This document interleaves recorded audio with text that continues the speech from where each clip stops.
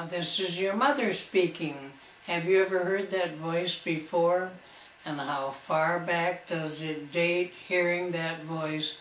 Back to the days when you were little tots, when Greg was with me to some musical program when the band sang.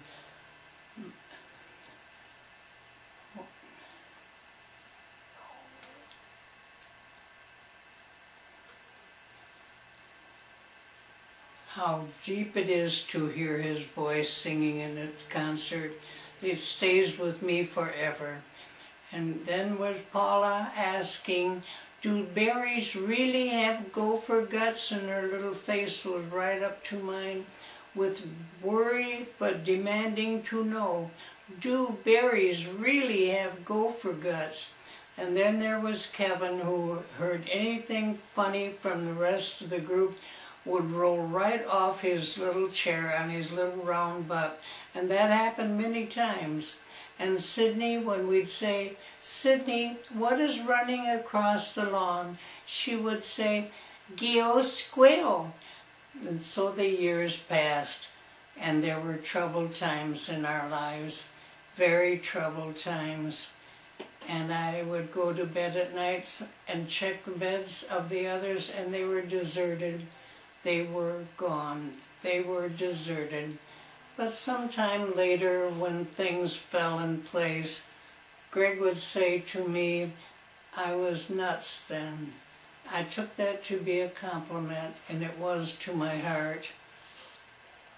And Sydney, who lived with her girlfriend's family, came home and said, I don't know whether I heard this from Sydney or from her girlfriend who reported that Sydney said it, but I'll never forget it.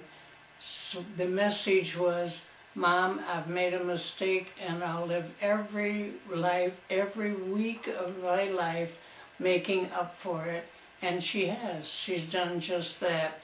She has spent all of these years caring for her mother.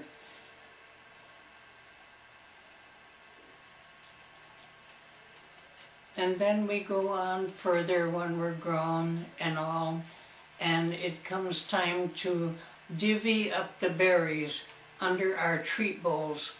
And because Sydney has devoted her life, she's put her life on hold, and this has not enabled the others to go on with their lives. In Paula's case, to make a wonderful CD of their combined talents. And in her CD, she has devoted a song to me. It is about attitude. She said, I remember yours saying, I throw a good time out ahead of me and then walk into it. And that is my attitude.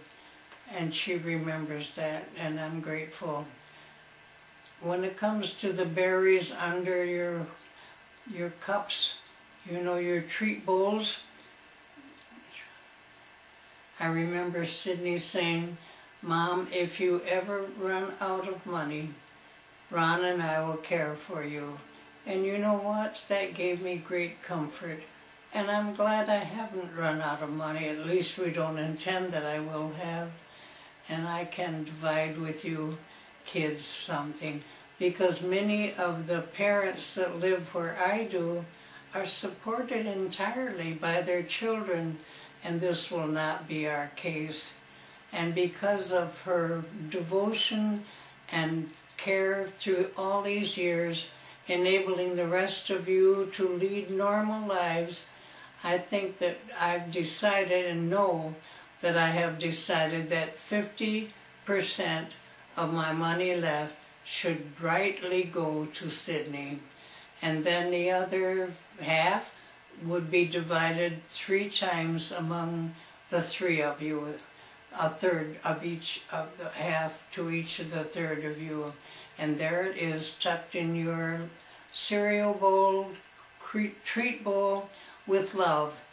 And now we go to standing on the bank at my funeral.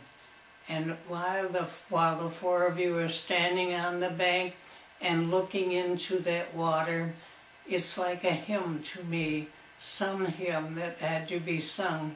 And when this is over, I hope you turn and the four of you exchange love sandwiches, and a lot of them, and other hugs as well. And that is my wish to you, my kids, my wonderful kids.